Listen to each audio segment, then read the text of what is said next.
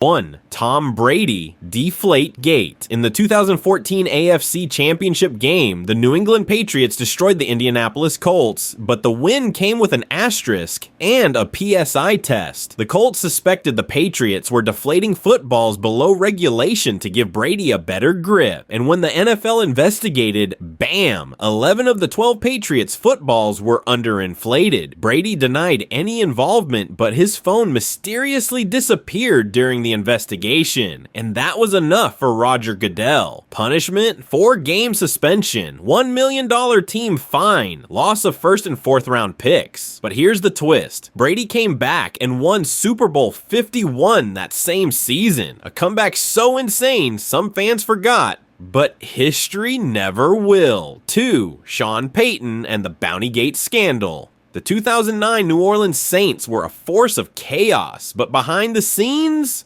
defensive coordinator Greg Williams ran a bounty program. Players were paid to injure opponents. Take out Brett Favre in the 2009 NFC Championship game.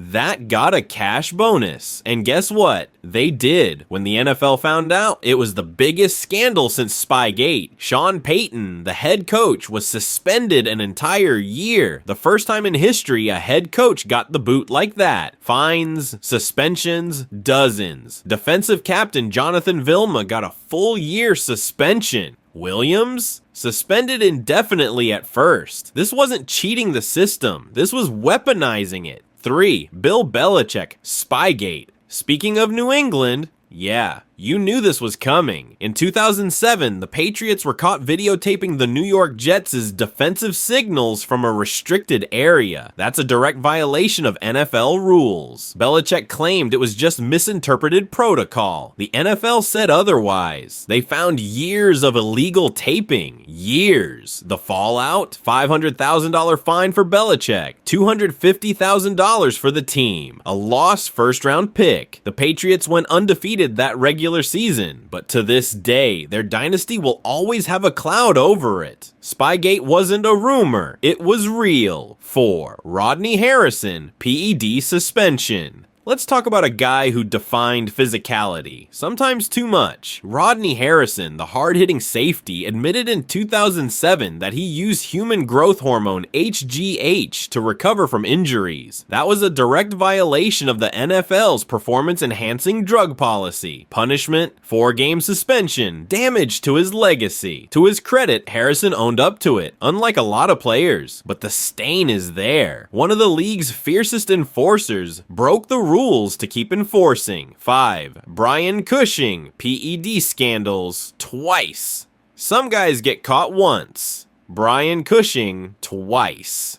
The Texans linebacker won Defensive Rookie of the Year in 2009, then immediately got hit with a 4-game suspension for PEDs. In 2013, he did it again. Another suspension, this time 10 games. Cushing claimed innocence, but the league didn't buy it. Double bust equals double legacy damage. The dude could ball, but when you're flagged twice for PEDs, fans start to wonder what's real and what's not. 6. Julian Edelman, PED suspension. After Super Bowl MVP, Julian Edelman was the unlikely Super Bowl MVP in 2018. But the very next season, boom, 4-game PED suspension. Fans were stunned. Edelman claimed he didn't know what substance triggered it, but again, the damage was done. 1 year, you're a postseason hero. The next, a walking asterisk. 7. Albert Haynesworth, the dirty cleat incident. Some cheating isn't about science, it's about savagery. In 2006, Albert Haynesworth lost his cool after Cowboys lineman Andre Garrod lost his helmet in a play. Haynesworth stomped on his face with cleats. 5 stitches later, Haynesworth was suspended 5 games, the longest for on-field violence at that time. Cheating the game? Nah, but cheating sportsmanship and safety? 1000%. 8. Aqib Talib, tampering with equipment. In 2016, Broncos cornerback Aqib Talib got called out. Not for PEDs, not for spying, but for something a little more petty. He was accused of using Vaseline on his arms and gloves to gain an edge in press coverage. The move made it harder for receivers to get hands on him. Is it sneaky? Yes. Is it illegal? Yes. Did the NFL fine him? Also yes. Sometimes cheating isn't flashy. Sometimes it's just oily. 9. Troy Polamalu, the hidden microphone.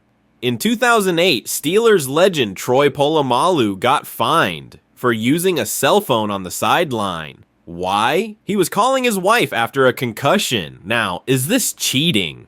It broke sideline communication rules, which are strictly enforced by the NFL. It's more innocent than most of these, but still technically illegal. Even the most respected players aren't immune to the rule book. 10. Cam Newton, laptop theft scandal, pre-NFL. This one happened before his NFL days, but it followed him for years. In college at Florida, Cam Newton was caught stealing a laptop from another student. He tossed it out the window when police came knocking. He was suspended, transferred, and had to completely rebuild his career. When he finally made it to the NFL, critics still questioned his character. He went on to win MVP, but the cheating accusation never fully left. 11th, Dwayne Washington, PD suspension, 2023.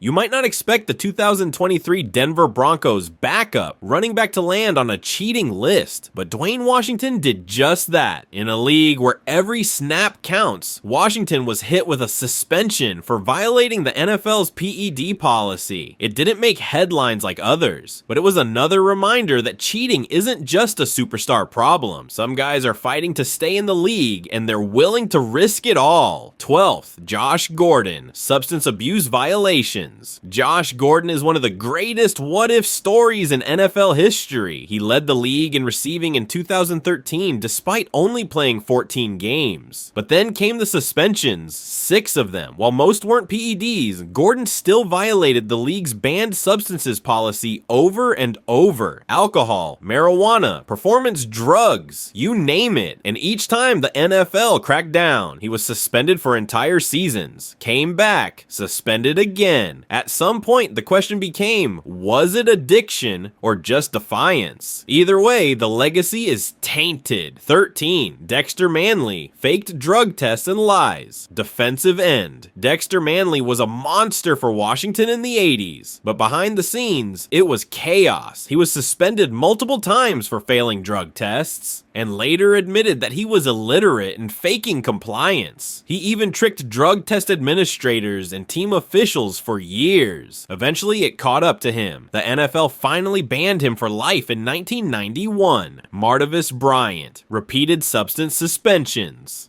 Another case of talent wasted. Martavis Bryant was electric for the Steelers. 6 feet 4 inches, speed, hands, and highlight reels. But after just 2 seasons, he was hit with a year-long suspension for repeated substance abuse violations. He tried to come back in 2017, but was suspended again in 2018. He bounced around practice squads and semi-pro leagues, never reclaiming his spot. Cheating or not, the league couldn't trust him, and that was the end. 15.